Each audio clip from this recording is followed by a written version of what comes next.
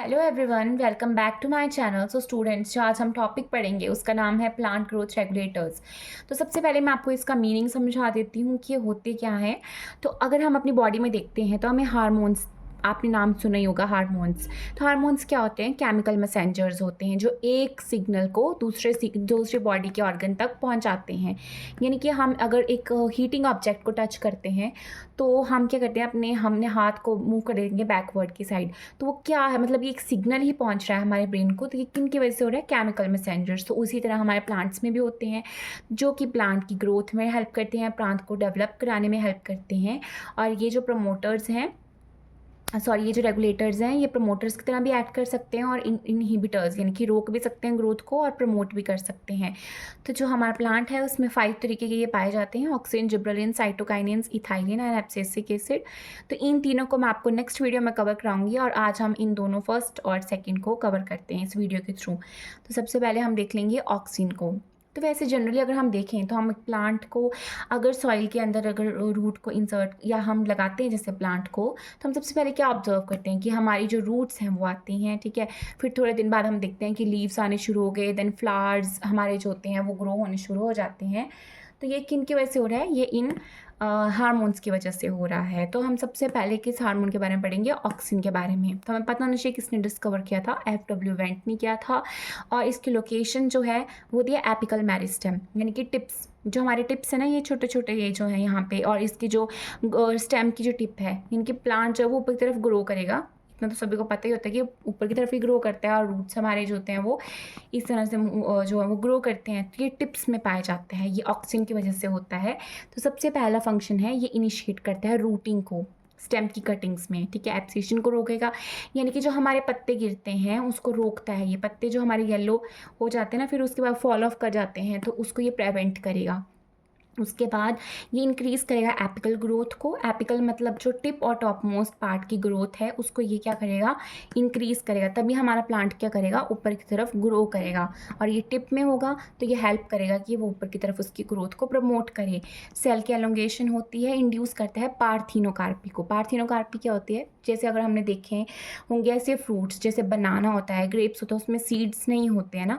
तो उस तरह की जो फ्रूट की फॉर्मेशन होती है वो किसकी वजह से होती है? वो होती है ऑक्सिन की वजह से, जिसमें कि हमारे जो सीडलेस फ्रूट्स जो होंगे वो फॉर्म होंगे और उसमें फर्टिलाइजेशन नहीं होती है।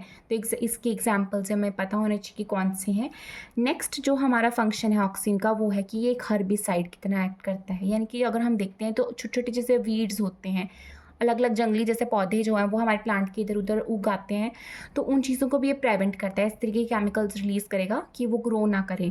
उसके बाद ये जाइलम की डिफ्रेंसिएशन करता है और सेल को डिवाइड करता है। ये बेसिक से फंक्शंस जो मैंने आपको ऊपर समझा ही दिए। तो नेक्स्ट जो है वो है जिब्रेलिन। नेक्स्ट हार्मोन हमारा ये है जिब्रेलिन, जो हम पढ़ेंगे। तो हमने देखा है कि सीडलेस ग्रेप्स होते हैं वो छोटे साइज़ के होंगे वैसे नेचुरल, लेकिन वो बड़े हो जाएंगे किसकी वजह से? इन हार्मोन्स की वजह से हो जाएंगे।